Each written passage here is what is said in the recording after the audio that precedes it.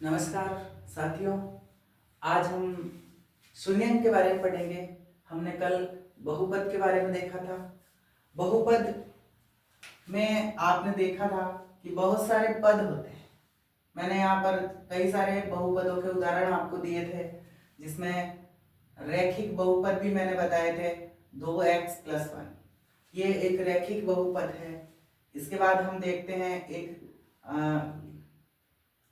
3x² + 2x + 5।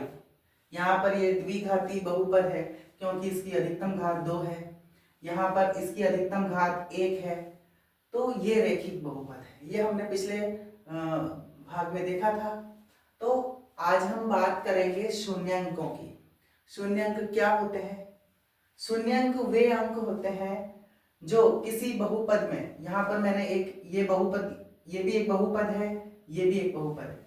तो किसी बहुपद में चर के स्थान पर उसको, उस संख्या को या उस अंक को रखने पर पूरे बहुपद का मान 0 हो जाता है, तो उस अंक को हम शून्यंक कहते हैं। जैसे कि हमको इसका एक शून्यंक निकालना है 2x+1। यहाँ पर मैं लिख देता हूँ इस संख्या को 2x+1। इसका आपको शून्यंक निकालना है तो इसके बराबर में आपको 0 रखना पड़ेगा।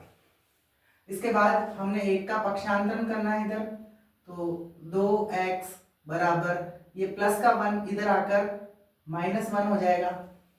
इसके बाद आपको x की वैल्यू निकालनी है, x का मान निकालना है, तो इस 2 को भी आपको x से अलग करना होगा।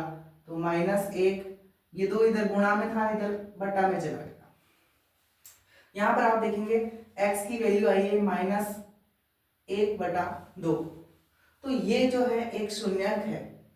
इसकी अगर हमको जांच करनी है तो हमको इस बहुपद में x की वैल्यू 1/2 माइनस में रखनी होगी।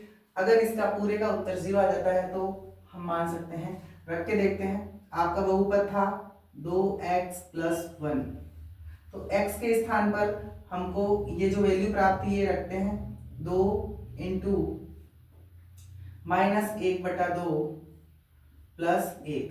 यहाँ 2 से 2 कट जाएगा, ये -1 और ये +1, तो इसका उत्तर आपको 0 प्राप्त हो जाएगा।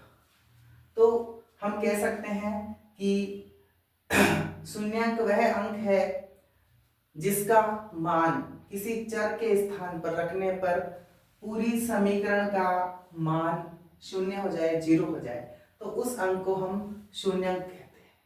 ठीक है, तो यहाँ पर आपको यदि ये चीज देखने को मिल रही है, इसे हम रेखीय बहुपद कहते हैं। क्या कहते हैं? रेखीय बहुपद या रैखिक बहुपद कहा जाता है, जिनकी यहाँ पर आप देख रहे हैं अधिकतम घात, किसी भी बहुपद में अधिकतम घात अगर 1 हो, सबसे बड़ी घात अगर 1 हो, तो उसको रैखिक बहुपद कहा जाता है। हमने बताया था आपको। यहाँ पर आप देख रहे हैं अधिकतम घात 2 है, यहाँ पर घात 1 है और यहाँ पर घात 2 है, तो बड़ी घात 2 है, तो इसको हम द्विघाती बहुपद कहते हैं। द्विघाती बहुपद। इसी प्रकार से अधिकतम घात यदि 3 हो तो उसे त्रिघाती बहुपद कहा जाता है। जैसे कि मैं एक उदाहरण देता हूं।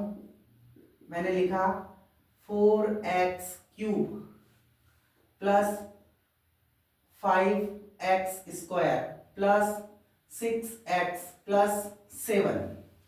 तो ये एक, इसमें सबसे बड़ी घात आपको देखनी है। यहाँ घात 1 है, यहाँ घात 2 है, यहाँ घात 3 है, तो इसे आप त्रिघाती बहुपद कहेंगे। त्रिघाती बहुपद कहेंगे। और अब बात शून्यंक की हो रही है, तो शून्यंक कितने होंगे? किसी भी रेखीय बहुपद की घात आपको मालूम है 1 होती है, तो इसमें शून्यंकों की संख्या 1 होगी।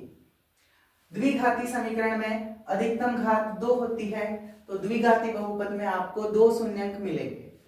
इसी प्रकार त्रिघाती बहुपद में आपको 3 शून्यंक मिलेंगे। तो जिस प्रकार सर्वाधिक बड़ी घात जो होगी, उतने ही उस बहुपद में आपको शून्यंक देखने को मिलेंगे। ठीक है, तो ऐसा प्रश्न आपको मिल सकता है ऑब्जेक्टिव टाइप प्रश्न कक्षा 10 के अंदर पूछे जाते हैं। इसके अतिरिक्त आपको कभी कभी इस प्रकार द्विघाती समीकरण एक होती है, उसमें ऐसा ग्राफ दे दिया जाता है, ये आपके एक्स अक्ष है और ये वाई अक्ष है, और इसमें आपको एक रेखा बना के दे दी और आपसे पूछा गया कि बताइए इसमें कितने शून्यंक होंगे। तो आपको ये देखना है कि ये जो रेखा है ये एक्स अक्ष को कितने स्थानों पर विभाजित करती है। यहाँ पर 1, यहाँ पर 2 और यहाँ पर 3, ये 3 स्थानों पर एक्स अक्ष को काट रही है रेखा। तो हम ये कह सकते हैं तो इस समीकरण के अंदर जो है शून्यंकों की संख्या 3 होंगी।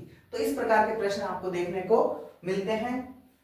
तो ये हो गए शून्यंक किस प्रकार से निकाले जाते हैं, इसके बारे में हम और पढ़ेंगे। धन्यवाद।